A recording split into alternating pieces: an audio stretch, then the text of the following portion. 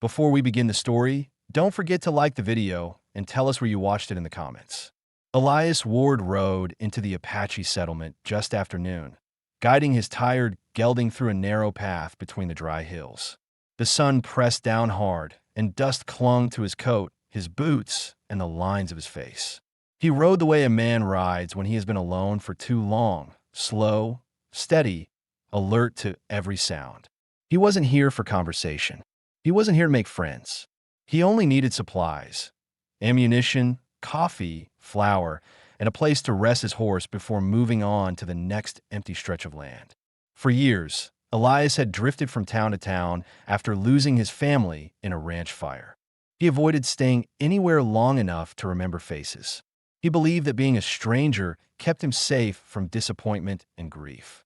And yet, each time he entered a new settlement, a small part of him wondered how long he could keep living without purpose. As he approached the settlement, a quiet river curved behind it, and rows of wooden shelters stood clustered together, some in good shape, some damaged from a storm that had blown through a week earlier. Smoke rose from small cooking fires. Children watched him from behind fences. A few men nodded politely but kept their distance, unsure of the quiet cowboy with a guarded expression. Elias dismounted near the trading shack. His movements were stiff from an old bullet wound in his right side. He kept his voice low when he greeted the merchant, as if unused to speaking to another person. While tying his horse, he spotted two women on the far side of the settlement. They stood out immediately, not because they sought attention, but because of the quiet strength in their posture. Both wore traditional Apache clothing, simple but well cared for. Their dark hair was braided neatly, and each carried tools used for repairing damaged shelters. One of the elders whispered their names to a younger man nearby. Ayoka and Nara, sisters, both widowed in the same raid 2 winters earlier. Elias understood the look in their eyes, even from a distance. The steady, practiced calm of people who had endured too much and were trying not to collapse under the weight of it. He didn't stare long, but he felt a pull of recognition. People who survive loss carry a certain tension in their shoulders, a way of scanning their surroundings for whatever might come next. He knew that feeling too well. Why they are here, silent missions. Ayoka and Nara were working to rebuild their lives. Their husbands had been hunters and craftsmen. Without them, the sisters took on double the responsibility. Their mission now was simple: keep the home standing and keep each other safe. The storm that passed the previous week had damaged their cabin, leaving them exposed at night. They were trying to repair it piece by piece, even though the work often demanded more strength than they had. Elias had his own mission, one that felt smaller but weighed heavily on him. He came to the settlement to refill supplies and ride on before he grew attached to another place. He believed moving often kept him from facing the loneliness that had settled deep inside his life. He did not plan to stay. He did not expect anyone to need him, and he did not want to think about what it meant to feel anything again. The emotional undercurrent.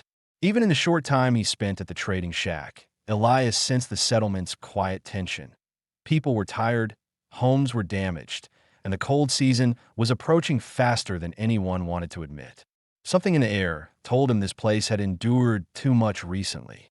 As he loaded supplies onto his saddlebag, he felt an uncomfortable pull in his chest, a mix of empathy he didn't want to feel and a suspicion that he might be staying longer than planned. His inner thoughts pushed back. Don't get involved. Fix your supplies. Leave by sundown. The warmth inside the repaired cabin lasted through the night, and by morning the air felt steadier, no longer slipping through cracks or shaking the weakened beams. Elias woke earlier than the sisters and stepped outside before the settlement stirred. He checked the horizon for movement, wanting to confirm whether the rider he had seen the day before would return.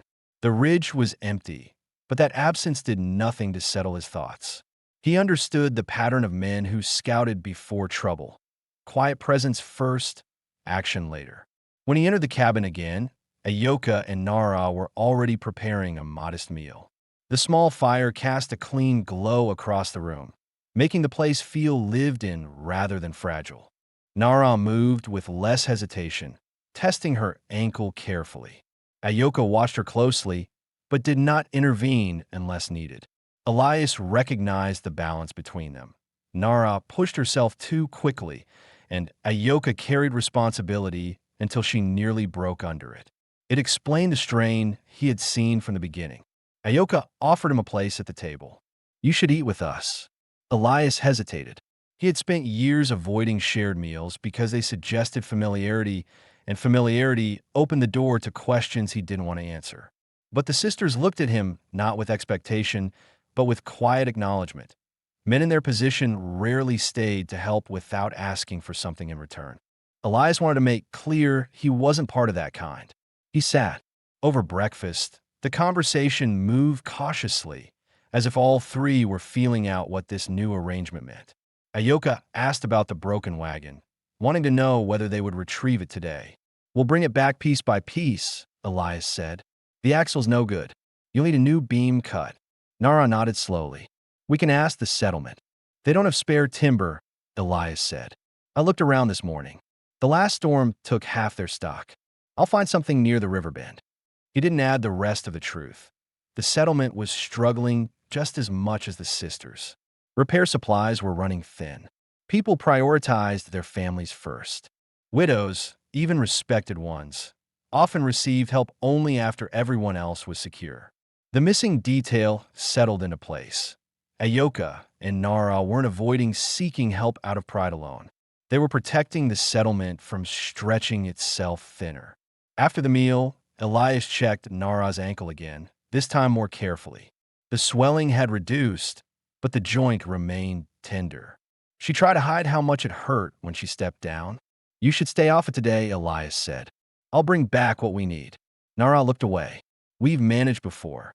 You don't have to today." She didn't respond, but the tension in her face eased. Accepting help still felt like admitting weakness, but the truth was that her injury limited what she could do, and pretending otherwise only made it worse. Ayoka walked outside with Elias as he prepared his horse. She carried 2 woven sacks for the supplies he planned to retrieve. The morning wind pressed against her braid, revealing the tired concentration in her eyes. "You've taken on more work than we can repay," she said. "I'm not asking for anything. That's why it unsettles me," she replied. Elias tightened the saddle strap. "You don't owe me anything. Let me handle the wagon. It won't take long." Ayoka studied him, not suspiciously, but with genuine confusion. Men who helped without motive were rare. She lowered her voice. "You saw someone last night, didn't you?" Elias paused. There was no reason to hide it. "A rider on the ridge. He was watching the settlement." Her jaw tightened. "I hope you were mistaken. You've seen them before." "Yes," she admitted. "They stay far enough that we cannot prove anything. But we hear them. Sometimes they move closer after dark." That answered another lingering question: why the sisters' cabin felt so exposed. It wasn't only the storm damage or the cold. It was the constant awareness that danger could approach from the hills, and no one could guarantee protection. Elias mounted his horse. "I'll scout the trail on my way. If they're planning something, I want to know." Ayoka nodded, her expression steady but grateful. She didn't try to stop him. She understood the practical need for information. He rode toward the valley, retracing the route from the previous night. The trail was cold and still, dotted with broken branches and hoof prints that were too fresh to be from livestock. Elias dismounted and crouched to examine the ground. 3 separate horses had passed through, not one.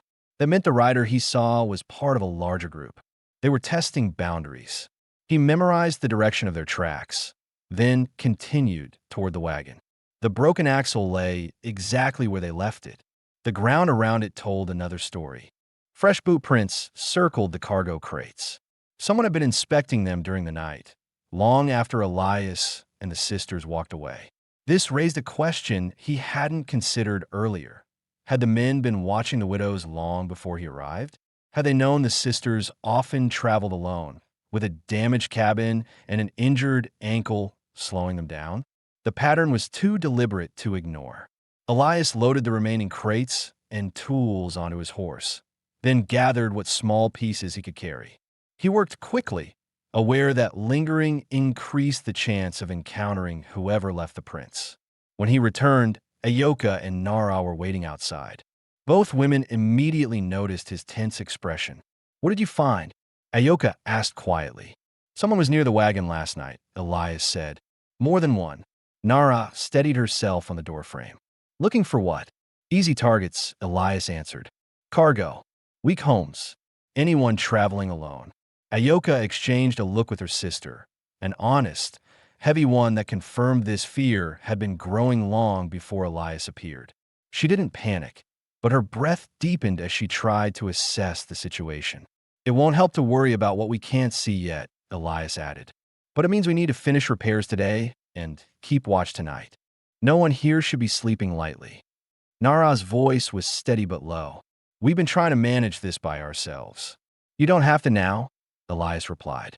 They returned to the cabin and organized the retrieve supplies. Elias cut wood for the new axle and stacked the beams neatly against the wall. He worked with a level of focus that came from instinct, not obligation. The sisters moved around him, offering tools, adjusting crates, preparing meals, and checking the repaired sections of the cabin. The pace was smoother than the day before, less rushed, less desperate. They were working together without the strain of trying to pretend everything was fine. As the sun lowered, Elias finished shaping the new beam, his arms covered in sawdust. Ayoka approached with a cloth for his hands. "You've given us more time than we expected from anyone," she said. "You could have left this morning." Elias looked toward the hills, where long shadows stretched across the valley. "I'm staying until things settle." "And after that?" she asked. Elias didn't answer. He didn't know yet, but the silence that followed carried no discomfort, only understanding that some decisions take longer to form. As night approached, the wind changed direction, sending a colder current through the valley. Nara closed the shutters while Ayoka secured the doors. Elias checked the surroundings once more, sensing the weight of the day's discoveries. The sisters were safer now than they had been yesterday. Warmer home, stronger walls, watchful company, but the danger outside the settlement was more real than any of them had wanted to believe. When the last of the daylight faded, Elias positioned himself near the window where he could hear both the interior and the outside trail. The fire crackled softly. The sisters sat close, tired but more at ease. For the first time, the cabin felt like a place where people could breathe. And Elias realized something he hadn't admitted before. Helping them wasn't temporary. He had stepped into their lives, and the choice to leave no longer felt simple. "You know one here. They don't need you." But then he caught a second glimpse of Ayoka and Nara, this time kneeling beside a broken support beam. The wood splintered under their hands. Nara tried to lift it, but winced from the strain. Ayoka steadied her, but exhaustion weighed in both their faces. Elias looked away quickly, uncertain why the scene bothered him so much. He didn't like seeing anyone struggle, but he also didn't want to step into another family's grief. Still, something inside him shifted, a quiet, unwelcome understanding that he might not be leaving as quickly as he told himself. Closing of the chapter. Elias purchased his supplies and tightened the straps on his horse. He planned to leave by evening, but as he mounted up and turned toward the settlement's edge, he saw a wagon in the distance, stuck in a ditch, with two familiar women standing beside it. Ayoka, Nara, the widows. The sun was dipping lower. Coyotes were already calling from the hills, and the sisters were alone. Elias felt tension run through his chest. Not fear, but a decisive moment forming. He knew exactly what it meant. If he helped them, he might not be leaving this settlement tonight. He hesitated only a second before turning his horse toward them. The story begins here, quietly, realistically, and without anyone realizing how deeply this small choice will reshape all three of their lives. Elias slowed his horse as he approached the stalled wagon. The axle had split clean through, leaving one wheel angled sharply into the dirt. Ayoka and Nara stood beside it, studying the damage with the kind of tired focus that came from dealing with more problems than they could manage at once. Their tools lay scattered on the ground. The daylight was fading fast, and the cold wind was settling into the valley, carrying the early signs of a harsher night. Ayoka looked up first. She didn't smile, but her expression carried a quiet relief at the sight of someone who might know what to do. Nara stepped back slightly, brushing dust from her hands and glancing toward the hills as if listening for anything that might come out of the dark. Both women were strong, but exhaustion had made their movements slower than they intended. Elias dismounted without waiting to be asked. He crouched beside the wagon, ran his fingers along the cracked axle, and checked the wheel's alignment. The damage wasn't recent. The wood had been weakened for days and finally snapped under the uneven ground. "You've been hauling heavy loads on this?" he asked, his tone calm but direct. Ayoka nodded. "We brought timber from the river. For repairs." Elias understood immediately. Their cabin had taken more damage than anyone realized, and they'd been trying to fix it on their own. The settlement helped when they could, but everyone was stretched thin from the storm. These two were carrying responsibilities that once belonged to their husbands, and they were refusing to ask for help unless absolutely necessary. Nara crossed her arms to steady herself against the wind. "Can it be fixed before night?" Elias didn't answer right away. The temperature was dropping. Coyotes were calling closer. The wagon was too heavy to drag, and the settlement was far enough away that walking in the dark would be risky. He looked at the sky, then back at the broken axle. Even if he worked quickly, it wouldn't hold long enough to move the wagon safely. "No," he said finally. "Not before dark. It needs a new beam." The sisters exchanged a brief, worried look. Elias noticed it and understood something he had not caught earlier. This wagon wasn't just for chores. It carried storage, tools, food, and belongings they needed to get through winter. Leaving it overnight would mean checking on it every hour or risking theft from passing drifters or hungry animals. Nara hesitated before asking, "Is there another way?" Elias thought through every possibility. Dismantling the wagon and carrying the contents back would take hours. Leaving it exposed was dangerous. For a moment, he considered riding off and letting the settlement handle it in the morning. But the sisters' tight posture, their struggle to hide their fear, and the growing cold made the decision for him. "We'll move the supplies now," he said. "We take what we can carry. Come back for the rest tomorrow." Ayoka's shoulders lowered a fraction. She didn't thank him. People who had endured enough rarely wasted words, but the relief was clear. Elias felt something shift inside him, an instinct to step in, even though he had spent years avoiding anything that resembled responsibility. They worked quickly. Elias lifted heavier crates while the sisters carried tools and blankets. Nara kept glancing toward the hills, her nerves frayed from too many nights spent listening for trouble. Ayoka stayed focused on the task, but the strain around her eyes showed how close she was to the edge of her strength. Elias made sure to take the heaviest loads without drawing attention to it.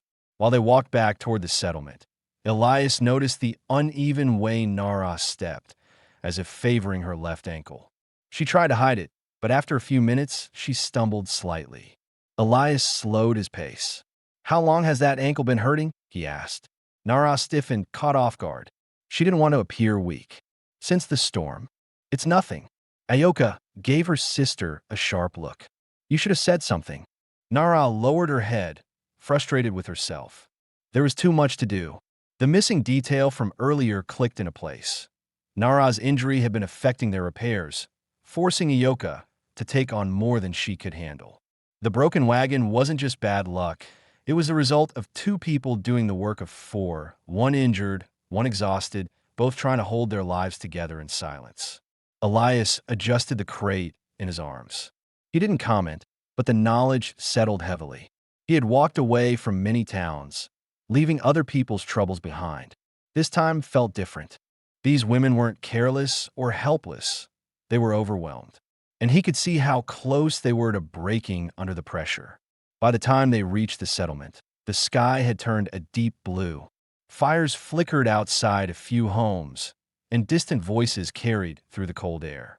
Elias followed Ayoka and Nara to their cabin, where the damage was worse than he expected. Gaps in the roof let in the wind. One wall had shifted from the storm, leaving a thin space where cold air seeped in. They must have been freezing at night. Ayoka paused at the doorway, her hand resting lightly on the frame. She seemed embarrassed to let Elias see the interior, but she stepped aside anyway. He entered with the supplies and set them down near the hearth. The cabin was neat and organized, but the signs of strain were everywhere. Repaired beams, patched blankets, and tools laid out as if they had been working nonstop since the storm. He realized something else then.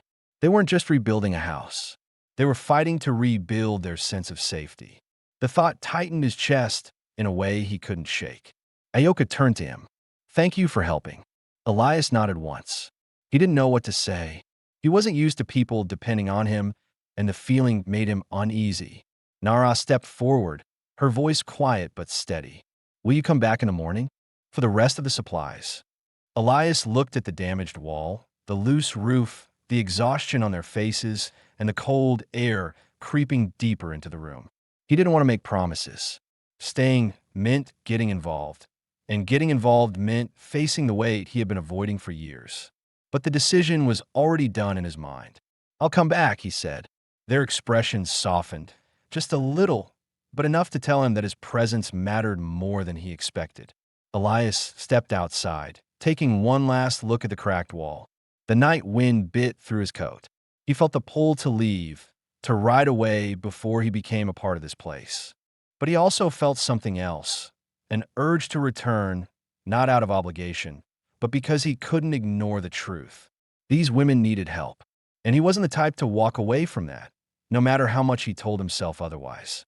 He turned toward the river trail to settle his horse for the night, unaware that this quiet decision would lead him into a life he never planned for and a bond he didn't know he was capable of forming. Elias walked his horse toward the settlement's outer corral, the cold tightening around him as night settled fully over the valley. He had planned to rest by the river and ride on at first light, but the image of the weakened cabin, the broken wagon, and the sister's strained expression stayed in his mind. The quiet sense of responsibility pressed against him harder than he wanted to admit. After removing the saddle and brushing the dust from the gelding's coat, he checked his surroundings.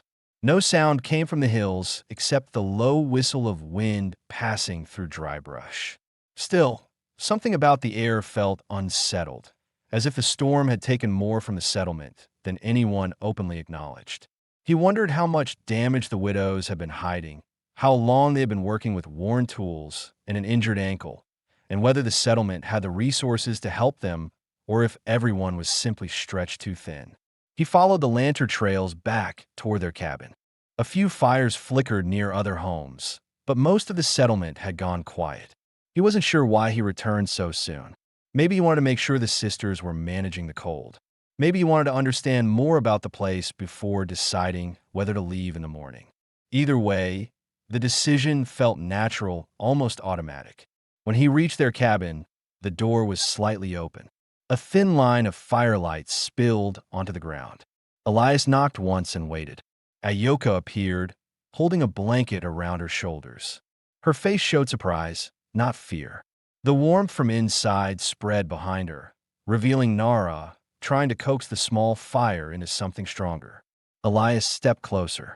"The roof's letting out too much heat. You won't make it through the night like this." Ayoka looked at the roof, embarrassed. "We repaired it after the storm, but the beams are weak." Nara added quietly, "We meant to finish it tomorrow." Elias didn't comment on their earlier struggle.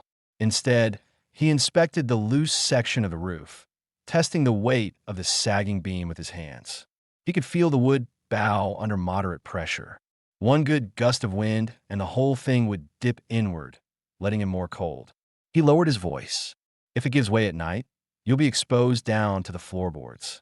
The sisters exchanged a worried look that answered a question lingering in Elias's mind since the evening. How had they been managing the cold? The answer was clear enough. Not well. He moved toward the corner of the cabin and grabbed a spare plank leaning against the wall. "I can brace this tonight. It won't fix the whole roof, but it'll hold until morning." Ayoka stepped aside to let him through. Nara fetched a hammer without being asked. Working inside the small cabin, Elias adjusted the beam carefully, lifting it with steady pressure. When he saw Nara trying to help despite her ankle, he stopped her gently. "Don't strain that leg. Hold the lantern instead." She obeyed, though her expression hinted at frustration from feeling limited. The warm light fell across Elias's hands as he positioned the plank and secured it tightly. The sound of hammering echoed through the cabin, but brought a sense of calm rather than disruption. Ayoka watched him with focus, noting the precision in his movements. "Where did you learn repairs?" "Ranch work," Elias answered. "You pick up what you need to keep places standing." He didn't mention the homestead he once lost. There was no need. But Ayoka caught the shadow in his expression and let the silence sit without pressing him. Once the brace was set, Elias tested the roof again. It held firm. The inside warmed immediately, the wind no longer leaking through the gaps. The sisters' faces softened with relief. He stepped back. "You'll be all right for the night." Nara lowered the lantern. "We didn't think the damage was this bad. We've been trying to do everything ourselves." Elias studied the tools neatly arranged along the wall, the patched blankets, the small piles of stored food. It became clear that the sisters had been rationing supplies for weeks. They had not asked for help because asking would expose vulnerability in a place where people were already dealing with their own struggles. A question surfaced in his mind, whether the settlement elders had offered support or whether the widows had chosen silence out of pride or fear of being burdensome. He realized he didn't know how this community handled loss or how often women were left alone to rebuild without enough hands. "You have anyone checking on you?" he asked. Ayoka shook her head once. "We manage. Everyone has their troubles." She didn't sound bitter, just resigned. Nara sat near the fire and rubbed her ankle, finally letting the pain show now that she wasn't trying to walk. Elias crouched beside her. "How long has it been swelling like this?" "A few days," she said. "I twisted it during the storm when we were trying to secure the roof. It's better than before." "It needs rest," Elias said, "and soaking if you have warm water." Ayoka stood. "I'll heat some." While she prepared the basin, Elias remained near the fire, letting Nara keep her dignity by not staring at her discomfort. The tension in the room shifted, less guarded, more honest. He wasn't sure why he cared so much, but avoiding the feeling only made it stronger. When Ayoka returned with the basin, Nara lowered her foot into it and released a breath she had been holding for days. Elias checked the roof one more time before stepping back toward the door. Ayoka followed him outside. The cold air moved around them, sharper than before. She studied his face for a moment, as if deciding whether to trust him with more information. "There's another concern," she said quietly. "Some of the men from the neighboring ranch have been moving near the river trails. They come too close to the settlement sometimes. We hear them at night." Elias felt his jaw tighten. That answered another unspoken question: why the sisters seemed especially on edge after sunset. Predators weren't always animals. Sometimes it was men with no reason to respect boundaries. He scanned the dark hills. "Anyone reported trouble?" "Nothing they can prove," Ayoka replied. "But we sleep lightly." Elias considered the risk. A damaged cabin, a broken wagon, a weak roof, an injured ankle, and now potential threats outside the settlement. The picture was clearer than before. The sisters had been holding things together by sheer will while danger grew quietly around them. Ayoka waited, expecting him to say something. Elias took a slow breath, weighing the responsibility he felt building inside him. "I'll stay close tonight," he said. "Make sure the trail stays quiet." She nodded, grateful but composed. "You don't have to. I know." He walked a few steps away and found a place near the edge of the settlement where he could watch both the hills and the cabin. He wrapped his coat tighter and settled on the ground, listening to the wind shift through the valley. He didn't understand yet why he cared so much, but he didn't need to. The decision was made. For the first time in years, Elias wasn't drifting through a place.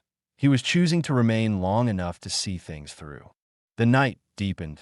The cold pressed harder, and somewhere inside the cabin, Ayoka and Nara finally began to rest without fear that the roof would fall or the wind would cut through the walls.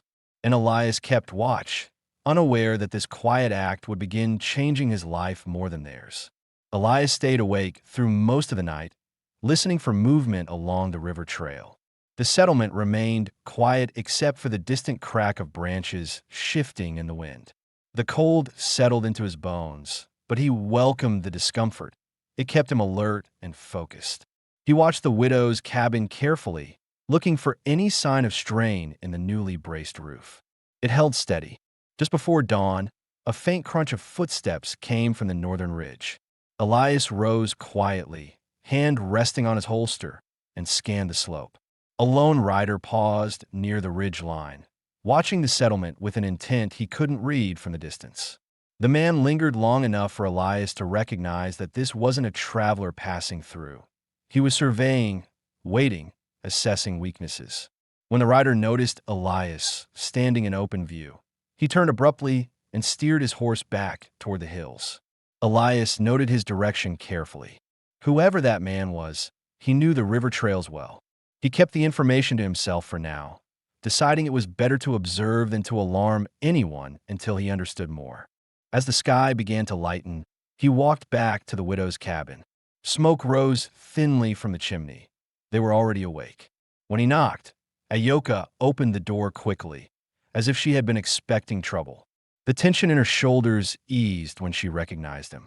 "You didn't sleep," she said softly. "I slept enough." She didn't argue. Instead, she stepped aside so he could enter.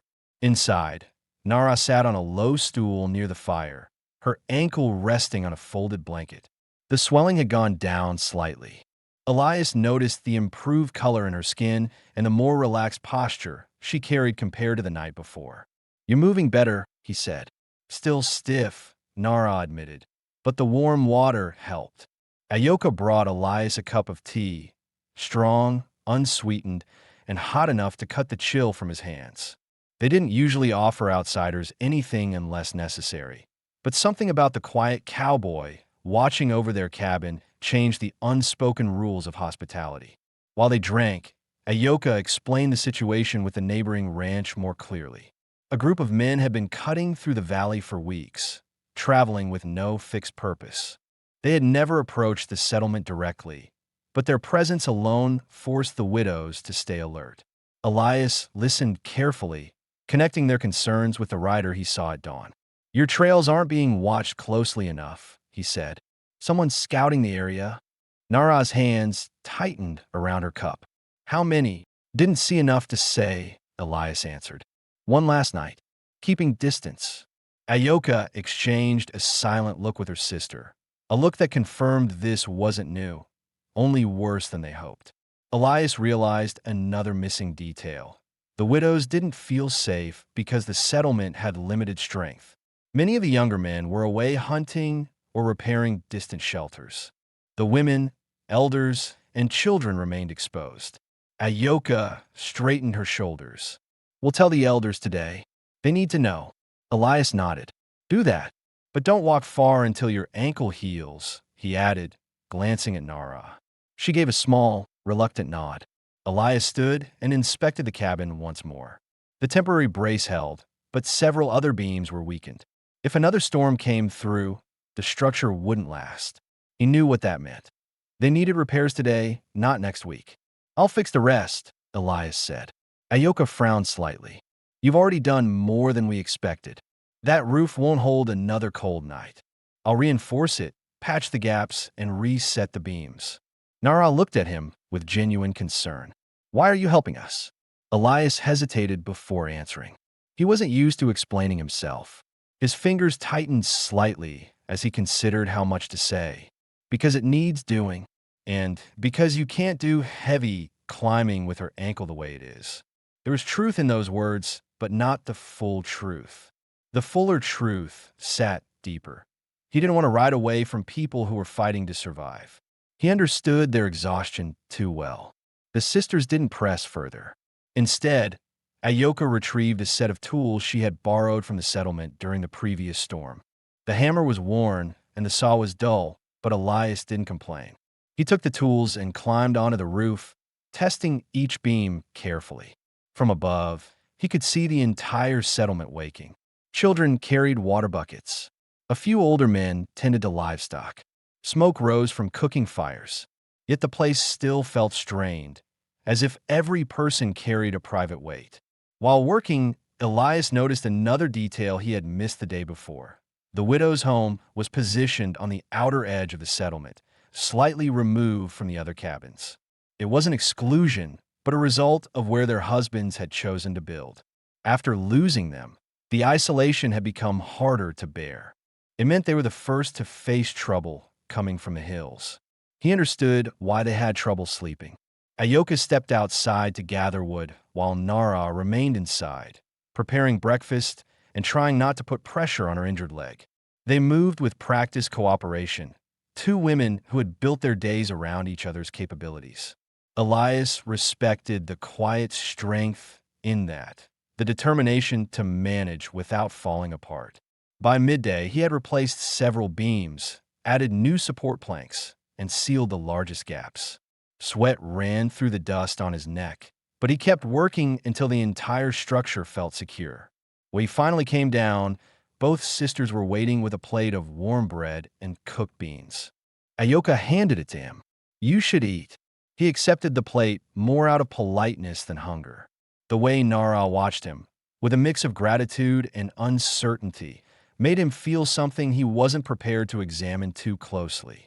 He wasn't used to people acknowledging his efforts. He wasn't used to belonging in any routine that involved kindness. When the meal was finished, Elias checked the supply crates they had brought the night before. Nothing was missing, but it reminded him that the broken wagon still lay in the valley. They needed a replacement axle, and he knew exactly how much labor that required. "We'll bring the rest of your things in later," he said, "after we finish repairing the supports." Ayoka replied, "We didn't expect this much help." Elias looked at the cabin, now stronger than when he found it. "It's necessary." She nodded slowly, accepting that explanation without questioning the deeper meaning behind it. As the afternoon stretched on, Elias repaired the last sections of the wall, ensuring they fit tightly enough to block the night wind. The sisters gathered herbs, organized tools, and restored the interior so they could sleep without fear of the cold creeping through. By dusk, the cabin looked different. Not new, not perfect, but secure enough for a winter night. Ayoka stepped outside and watched Elias pack away the tools. "You've saved us more trouble than you realize." He kept his tone even, just doing what needs to be done. "Most men don't step in unless they have something to gain," she said quietly. Elias paused. His jaw tightened, but he didn't show anything else. "I'm not most men." Ayoka studied him for a moment, not with suspicion, but with curiosity, as if trying to understand the shape of the man who had appeared in their lives at the moment they needed steady hands. Nara came to stand beside her, leaning on the doorframe. "You said you might leave in the morning." Elias looked toward the darkening valley where the broken wagon waited. "Not yet. There was more work to do, more threats to watch, more weight pressing against these women than they could handle." Something inside him refused to ignore it. As night settled again, the cabin walls held strong, and the sisters prepared for their first warm sleep in days. And Elias remained near the entrance, keeping watch without hesitation. No longer because he felt responsible, but because he no longer felt like a stranger standing outside their lives. The night passed without incident, but Elias didn't relax. He stayed awake long after the sisters fell asleep, listening to the faint crackle of the fire and the shifting of cold wind outside the cabin. Each quiet sound sharpened his attention.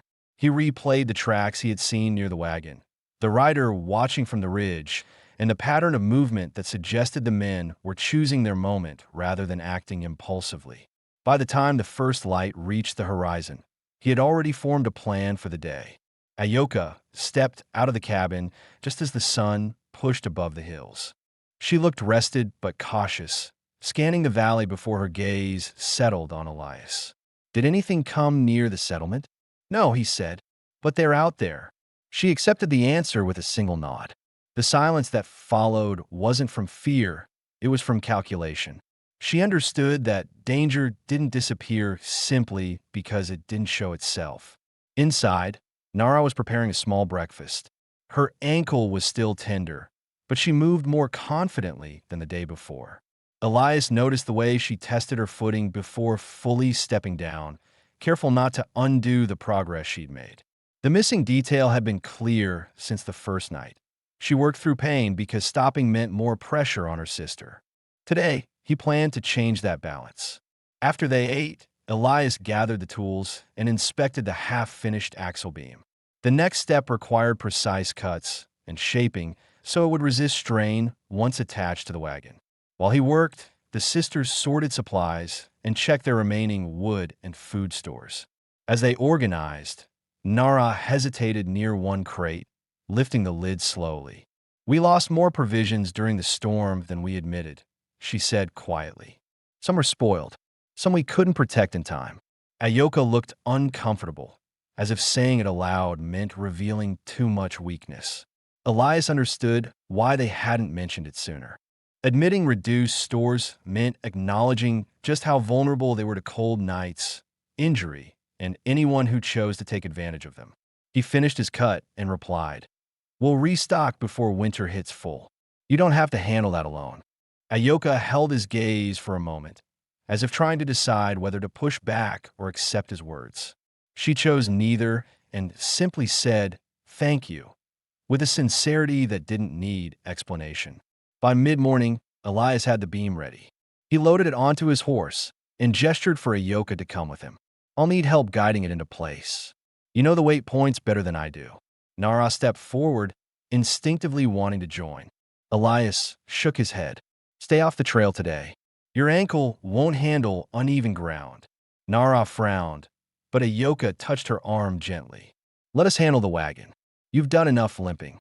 Nara sighed, but sat down, accepting the boundary without argument. That shift, accepting her limitations rather than pushing past them, was a missing piece Elias knew needed to change for their safety and stability. He and Ayoka rode out toward the valley. The morning air was cold but stable, carrying clear visibility across the hills. As they approached the wagon, Elias slowed his horse and signaled for silence. Fresh hoofprints circled the area again. These tracks were newer, likely from just before dawn. Ayoka tightened her grip on the reins. "They were here again." "Not for the wagon," Elias said.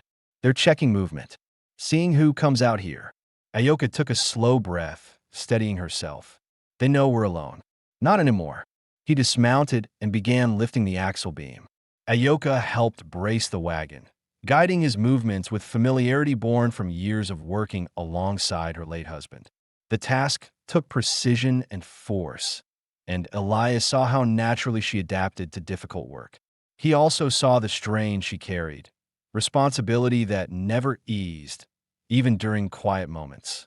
After securing the new beam, Elias tested the wagon wheels. The structure held firmly. "It's strong," Ayoka said, running her hand along the wood. "It'll last," Elias replied. She watched him for a moment, then asked something she hadn't allowed herself before. "Do you think they'll come closer tonight?" Elias didn't want to unsettle her, but honesty mattered more than comfort. "If they're testing the settlement, they'll move sooner rather than later. And if they come near our cabin, I'll be there."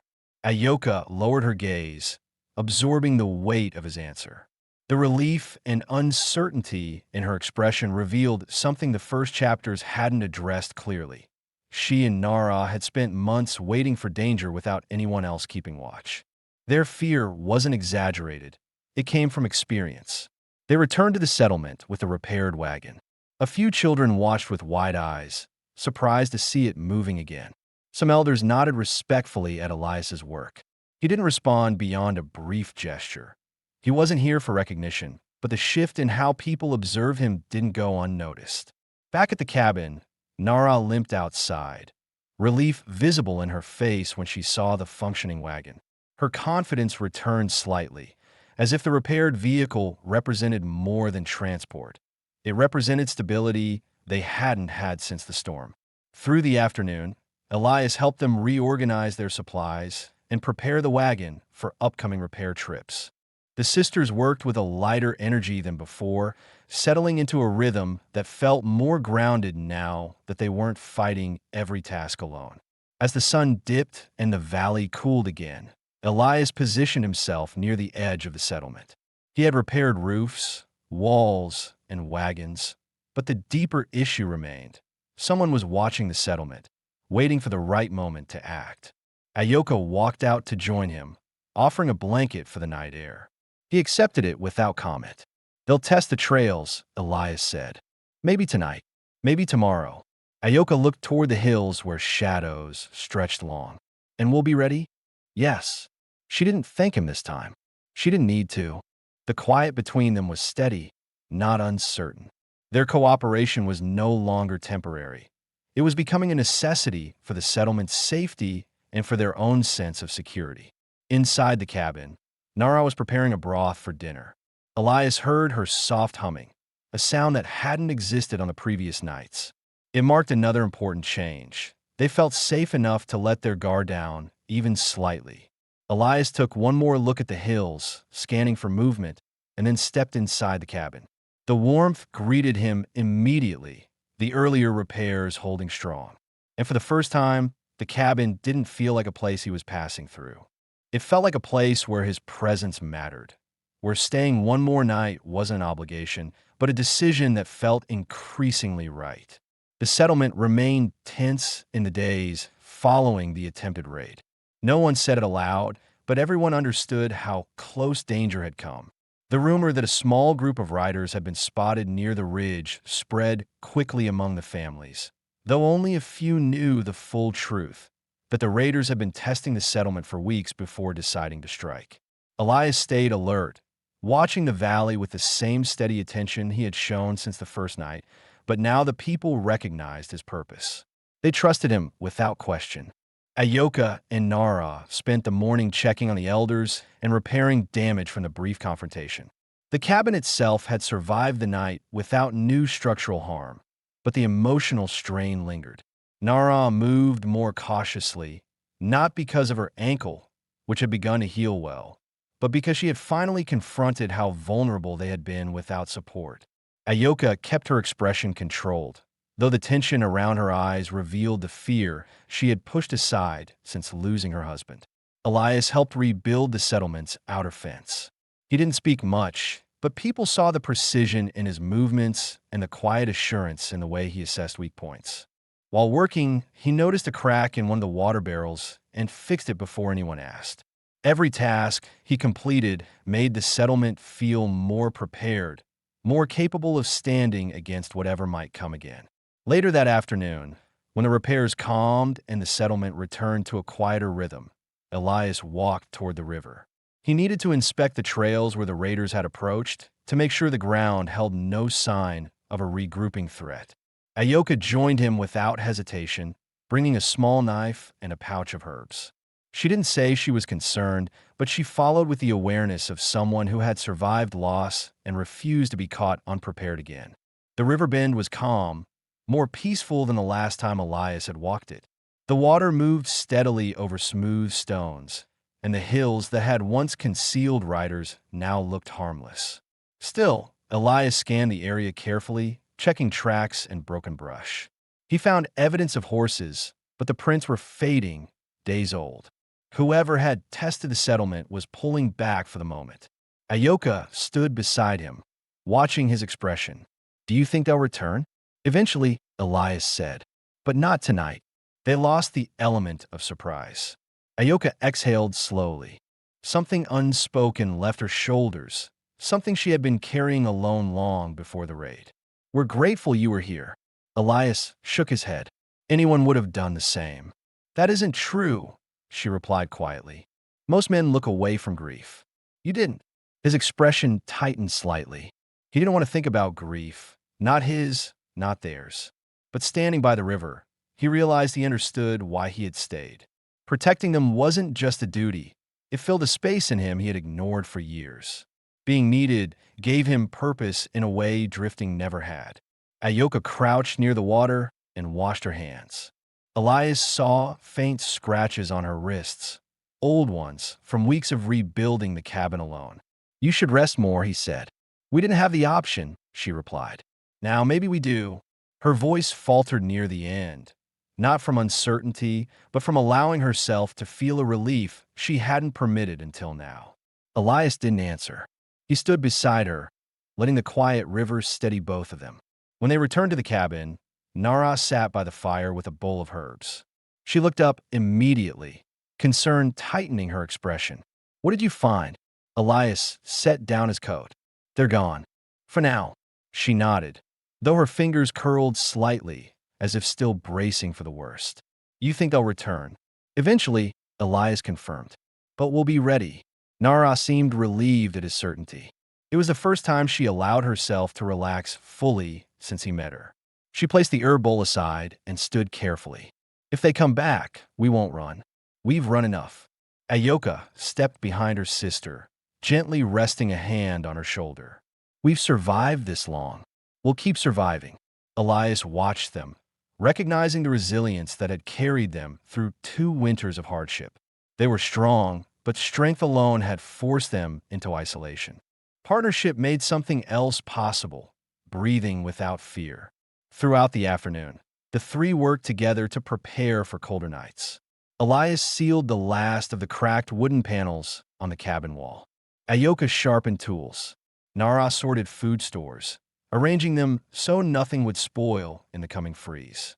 Their tasks no longer felt scattered or desperate. They moved with coordinated purpose, each action building on the next.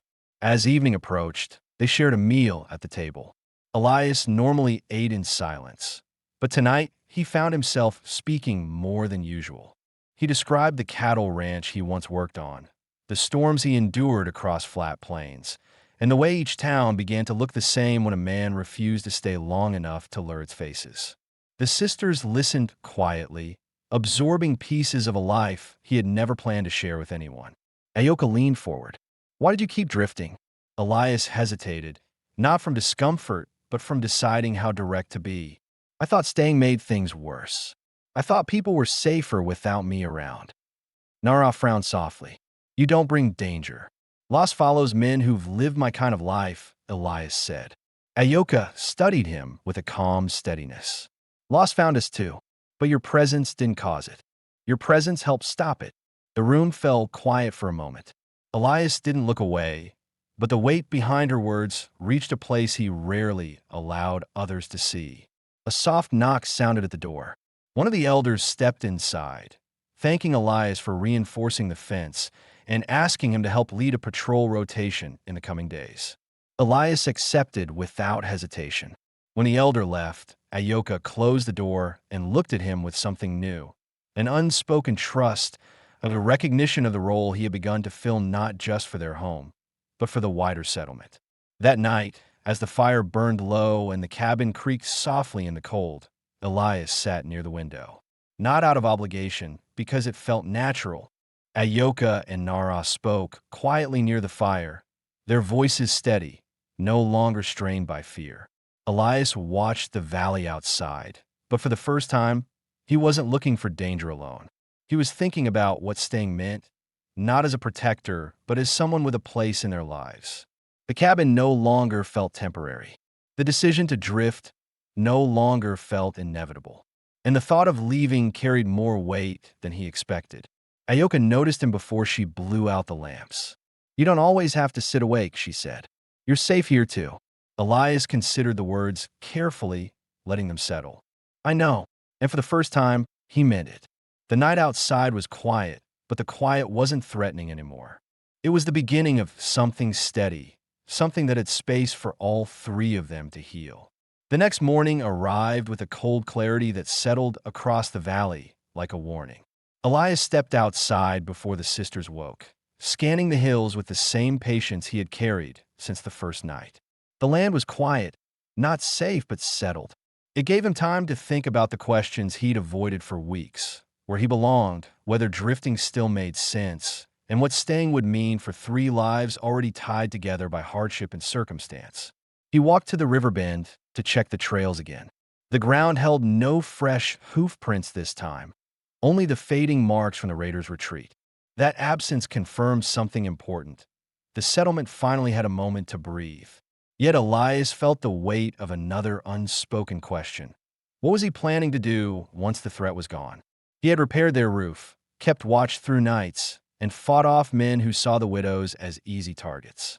Now that the cabin stood strong and the valley was quiet, the practical reasons to stay were fading. But the emotional reasons were not. Ayoka found him near the river, hands tucked into her sleeves against the cold. She didn't ask why he was out there. She already understood how he moved through each day. What she didn't understand What she cautiously tried to read in his expression was whether he intended to leave now that their immediate danger had passed. "You're looking farther than the hills," she said, not accusing him but observing. Elias didn't deny it. "I'm thinking about leaving," Ayoka said. He paused. The truth pressed against him from two sides: the instinct to move on, and the pull to remain in a place he hadn't expected to matter. "I haven't decided." Ayoka didn't look away. "You don't owe us an answer. But if you leave suddenly, Nara will worry, and so will I." Her honesty cut through the hesitation he'd been carrying. He realized another missing detail had followed them from the beginning. He'd never explained what he wanted for himself, only what he planned to do for others. The sisters knew pieces of his past, but they didn't know his present fears, or how deeply he questioned whether he had the right to settle anywhere after losing so much. "I've been alone a long time," Elias said quietly. "Sometimes leaving feels easier than staying." Ayoka stepped closer, lowering her voice. "And sometimes staying is not a burden. Sometimes it's a choice that heals more than it harms." He held her gaze, and for the first time, the silence between them wasn't defensive. It was an invitation to honesty. Ayoka didn't push further. She simply walked beside him back toward the settlement, her presence steady and calm. Inside the cabin, Nara was preparing herbs and drying firewood. She looked up when Elias entered, and relief crossed her features. Relief he had returned. Her ankle was almost fully healed, and she moved with more confidence than at any point since he met her. But there was something else beneath the surface. The same fear Ayoka carried. The fear that the man who protected them might disappear as quietly as he had arrived. "Did you find anything new?" Nara asked. "No," Elias said. "The trails are clear." She nodded, but her fingers tightened around the wooden bowl she was holding. That subtle tension answered a question he had carried for days: whether the sisters wanted him to stay beyond danger. It was plain now, they did. Later in the afternoon, Elias joined the elders to reinforce the northern fence line. They spoke openly about his contribution, about how his presence had made the settlement stronger. One elder, an older man named Kai, walked with him afterward. "You brought stability we didn't expect," Kai said. "The widows speak well of you. The people trust you." Elias didn't expect the next words. "This place could use a man like you. Someone who doesn't run from responsibility." Elias didn't answer right away. "I'm not a man who settles easily." Kai smiled faintly. "No man settles easily. They settle when they find a reason that outweighs the rest." The elder walked away, leaving Elias with a truth he had tried to avoid. He wasn't drifting anymore. He was choosing. When Elias returned to the cabin near sundown, the fire had already been lit. Ayoka was mending a blanket, and Nara was cooking broth. Their movements were calm, synchronized, familiar. The sight of them stirred something he couldn't ignore: recognition that he had begun fitting into their lives without forcing anything, without pretending to be someone he wasn't. Ayoka looked up. "You've been gone longer than usual." "Had things to think about," Elias replied. Nara stirred the pot quietly. "About your path?" He nodded. Ayoka set the blanket aside and straightened in her seat.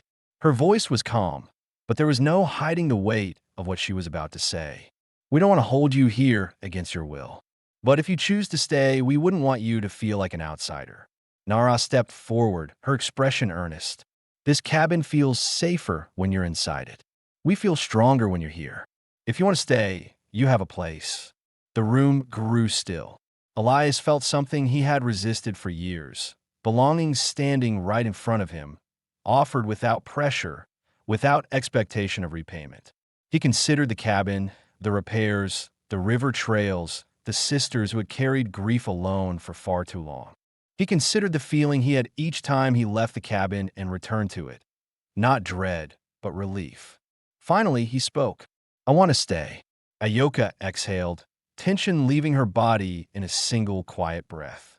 Nara's expression softened into something warmer: gratitude, yes, but also the easing of a fear she had carried silently. Elias continued, more certain now than moments before. "I don't know what settling looks like for me anymore, but I know I'm not ready to leave this place." "Or you." Nara stepped closer. "Then stay." The rest will come with time. Ayoka nodded. We'll figure out together. Elias sat with them near the fire as night closed around the settlement. The hills were silent. No riders. No danger. Only the steady comfort of warmth and shared space. The missing questions from earlier chapters, whether Elias would remain, whether the bond between them was temporary, whether the widows would continue facing danger alone, were no longer unanswered. Everything had shifted. Elias was no longer a drifter. Ayoka and Nara were no longer alone. And the cabin that once struggled to stand now held three lives moving toward the same future. The morning after Elias chose to stay carried a different kind of calm. The valley looked unchanged, quiet hills, slow-moving river, thin smoke from the settlement's fires, but the air inside the cabin held a new steadiness. Elias woke to the muted sound of Ayoka preparing tea and Nara arranging tools by the door. Their movements were unhurried, not from idleness, but from comfort. For the first time since he arrived, the cabin felt like a home shared rather than a place temporarily held together. Elias stepped outside to check the perimeter.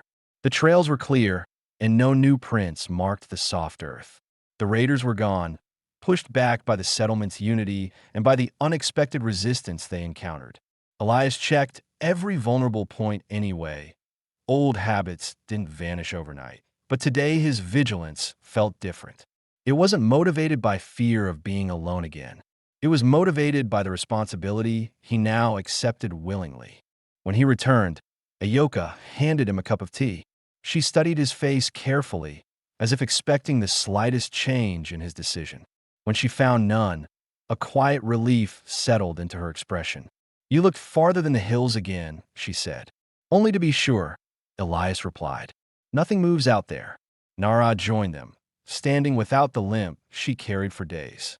Her ankle had healed enough for her to walk normally, and she seemed lighter in spirit because of it.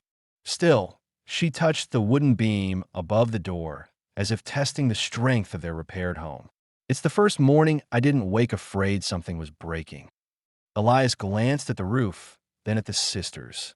"It'll hold for years now." Nara smiled, small but genuine. "So will we." They spent the morning reinforcing the last structures around the cabin. Elias helped Ayoka repair a storage chest that had taken water damage during the storm, while Nara organized their winter supplies. These simple tasks filled the hours with a sense of purpose that felt natural, not forced. A missing detail from earlier chapters surfaced as they worked: the question of how the widows would sustain themselves long-term. Elias addressed it without turning it into a burden. "You don't have to manage everything alone once the cold sets in," he said. "I'll handle the heavier work.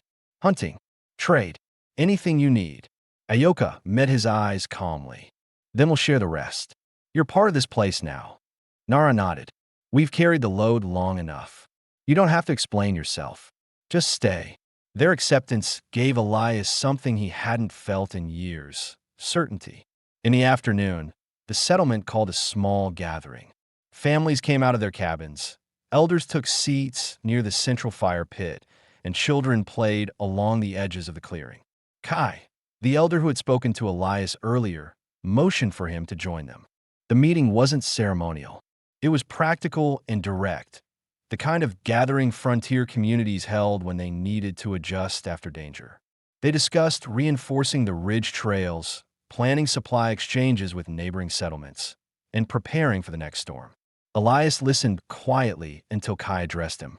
"You stood with us when others would have looked away. If you choose to make your home here, you'll be welcomed fully. We could use a man with your experience." Another elder added, "And the widows have more support now than they've had since the raid." That matters. Elias didn't speak right away. The sisters stood nearby, watching him, not with pressure, but with hope. He realized that the life forming around him wasn't temporary. It wasn't a solution born out of crisis. It was a place that needed him, and a place he needed. "I'm staying," he said simply. The decision settled into the gathering like a stone anchoring a foundation. The elders nodded. The settlement accepted his words with the quiet strength of people who valued actions more than speeches. When Elias walked back to the cabin with Ayoka and Nara, the late afternoon sun cast long shadows across the valley. Nara carried a woven basket of herbs gifted by one of the elder women. Ayoka held a new bundle of firewood. Elias felt, for the first time, the rhythm of belonging, steps taken together with a shared understanding of purpose. Inside the cabin, they prepared dinner. It was a simple meal, but the atmosphere had changed. The sisters talked more freely, sharing memories of their husbands, not painfully, but with acceptance. Elias listened with genuine respect. Their stories helped fill the unanswered question of how deeply these women had loved, survived, and fought their way through grief. Nara turned to Elias. When you came here, we were barely holding things together. Ayoka added, and we didn't expect anyone to stay. Not truly. Elias stirred the fire and looked at both of them without hesitation. I didn't expect to either. Ayoka moved closer. What changed? Elias took a moment before answering. I realized leaving isn't always strength. Sometimes staying is. Sometimes facing people who need you, facing what you want takes more courage than riding away. Nara's expression softened. Then you chose the right path. They ate together, sharing silence that felt warm rather than strained. After dinner, they stepped outside to watch the last light fade behind the hills. The valley stretched quiet and wide, but not empty, not anymore. Ayoka stood beside Elias, hands tucked into her sleeves. This place feels different now. It is, he replied. We rebuilt it together. Nara joined them, her expression calm and hopeful. Winter will come soon, but this year it won't feel so heavy. The stars brightened overhead. The wind carried the scent of the drying river grass. For the first time, the widows didn't brace for the night. And for the first time in years, Elias didn't face the darkness alone. He glanced at the sisters, two women who had survived loss, carried burdens meant for more than two hands, and opened their home to a stranger who needed belonging as much as they needed protection. Ayoka broke the silence. We're ready for whatever comes. Elias nodded, his voice steady. We are. They returned to the cabin. Three lives no longer scattered, no longer burdened separately, but moving into a future built on trust, support, and the quiet certainty of a chosen family. The cabin door closed against the cold, and the fire inside burned steady. There were no more unanswered questions, no threats lingering over their shoulders, no fear of waking to a broken home, just a new beginning, strong, peaceful, and shared. The story ends with a warm, complete, and hopeful future for all three.